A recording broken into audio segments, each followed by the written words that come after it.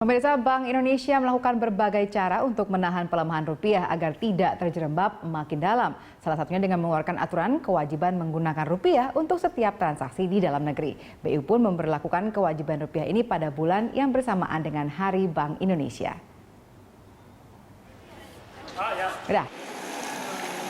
Pada 1 Juli 2015, aturan kewajiban menggunakan rupiah untuk setiap transaksi di dalam negeri mulai diberlakukan. Setiap kegiatan transaksi di dalam negeri, baik secara tunai maupun non-tunai, diwajibkan menggunakan rupiah. Tingginya jumlah transaksi di dalam negeri yang menggunakan valuta asing membuat keberadaan nilai rupiah tertekan. Kondisi ini mendorong otoritas Bank Indonesia mengeluarkan peraturan mewajibkan rupiah dalam setiap transaksi yang dilakukan di Indonesia. BI bahkan tegas menerapkan sanksi baik denda maupun kurungan bagi yang melanggar. Pasalnya, pelemahan rupiah selama ini akibat lonjakan transaksi falas. PLT Kepala Departemen Pengelolaan Uang Bank Indonesia, Eko Yulianto, menjelaskan, aturan ini diterapkan sebagai salah satu cara untuk bisa menekan lonjakan permintaan falas di dalam negeri. Untuk bisa menekan lonjakan permintaan falas di dalam negeri, peraturan ini berlakukan bagi seluruh kegiatan transaksi ekonomi yang dilakukan di dalam negeri dari seluruh sektor, termasuk sektor pariwisata dan pembayaran ekspatriat di Indonesia. Ekspatriat yang memang tenaga ahli, ya, tenaga ahli yang di Indonesia ini tidak ada profesi tadi, keahliannya itu tidak tersedia di sini, ya, itu bisa dipertimbangkan untuk tidak menggunakan rupiah. Tetapi kalau hanya ekspatriat artinya di sini tidak hanya sekedar orang asing saja, tidak memiliki suatu keahlian yang khusus, ya, ini tidak dapat dipertimbangkan. Selain itu, staf ahli Dewan Gubernur BI, Lambok Siahaan, menambahkan, tingginya permintaan valuta asing akan membuat rupiah tertekan sehingga menurunkan daya saing nilai tukar rupiah. Dengan nilai transaksi falas di dalam negeri mencapai 6-7 triliun dolar Amerika per bulan, mayoritas untuk kebutuhan sektor jasa. Transaksi antar residen dalam falas per bulan, ya.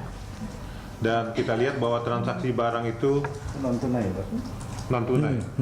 Transaksi barang itu 70%, transaksi jasa 13%, kemudian unrequited transfer itu 8%, ada pinjaman 4%. Jadi ini ada data-data yang sudah kita kaji. Meskipun berlaku untuk semua sektor, BI juga memberikan pengecualian kepada beberapa transaksi, yakni transaksi APBN, hibah internasional, simpanan di bank dalam falas, pembiayaan internasional, dan perdagangan internasional, atau kegiatan usaha bank termasuk transaksi surat utang negara. Namun untuk sektor pariwisata, kebijakan ini ternyata menimbulkan ketakutan wisatawan asing. Mereka khawatir akan dipidanakan jika bertransaksi menggunakan uang dari negara asalnya ataupun memakai dolar Amerika yang selama ini banyak dipakai. Badan Pusat Statistik pun mencatat jumlah kedatangan wisatawan mancanegara turun pasca PBI berlaku pada 31 Maret lalu. Jumlah kunjungan wisatawan asing pada April hanya mencapai 749.882 orang, turun dari sebulan sebelumnya yang mencapai 789.596 orang. Kebingungan soal kewajiban rupiah ini sudah dipahami pemerintah. Wakil Presiden Yusuf Kala pun menggelar rapat dengan sejumlah menteri dan perwakilan Bank Indonesia untuk membahas masalah tersebut.